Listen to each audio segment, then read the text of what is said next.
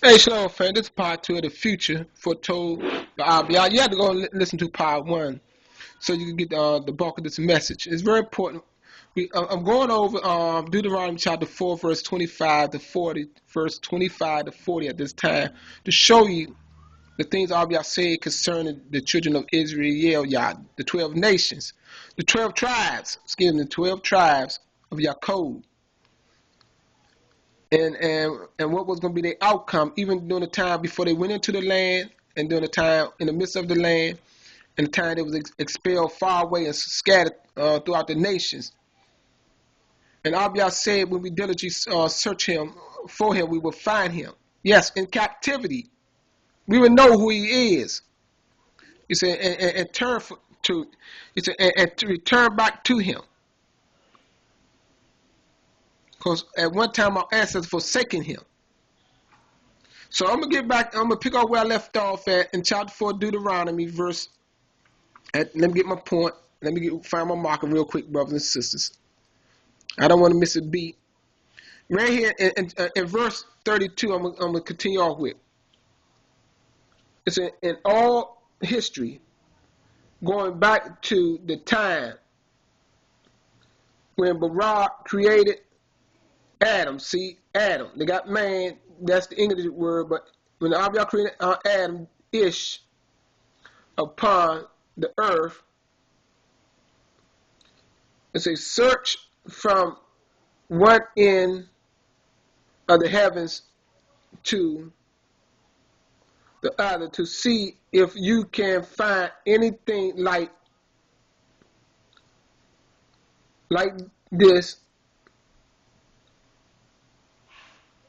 The entire nation heard the voice of Barak, the Creator, speaking to it from fire, as you did, and live. See, no one ever in a life, but only the nation, has heard the voice of Barak. No one else. See, so if you talk to anybody else, ask, of course they would not believe this. But this only was given to our nation by Yah, this revelation, brothers and sisters, revealing of his voice, that he exists. That's why we look outside of your own nation. You only run into a dead end road, brother and sister, full of lies. Only thing they can, if anybody do believe it, they only go point right back to the source that told them who were the Hebrew people themselves, brothers and sisters. They got it from the writings of the Hebrews, the ones who have it. Let me continue. It said, where else will you ever find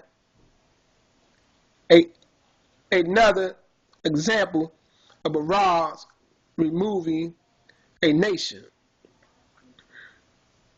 from its slavery by sending terrible plagues, mighty miracles, war, and terror?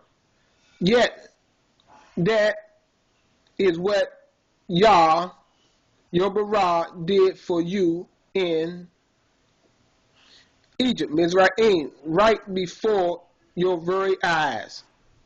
He did he did these things so you will realize that Yah, they got Jehovah, but it's Yah, is Barak, the Creator, and that there is no one else like him. Let me continue. And he let you hear his voice instructing you from heaven, and he let you see his great pillar of fire upon the earth, and you even heard his words from the center of the fire. You get that, brother? And it was because he loved your ancestors and chose to bless their descendants that he personally brought you out from Egypt with a great display of power. You know what I'm saying? He drove away other nations greater by far than you and gave you their land as an inheritance, as it is today. You see that at that time, you say as it was that it is today. You say this is your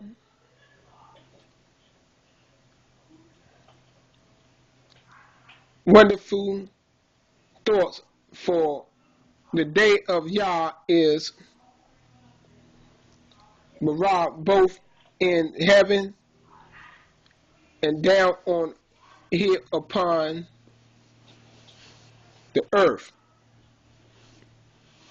And there is no Marah other than him. You must obey the laws. You see that? That I will tell you today, so that all will be well with you and your children, and so that you will live forward, that you will live forever in the land that Yah, your Barah, is giving you. These were the words of Moshe to him, brothers and sisters. To the children of Israel, Yah, Yaakov's seed, the 12 tribes. And he told them, if they obey Yah, they will live in that land forever.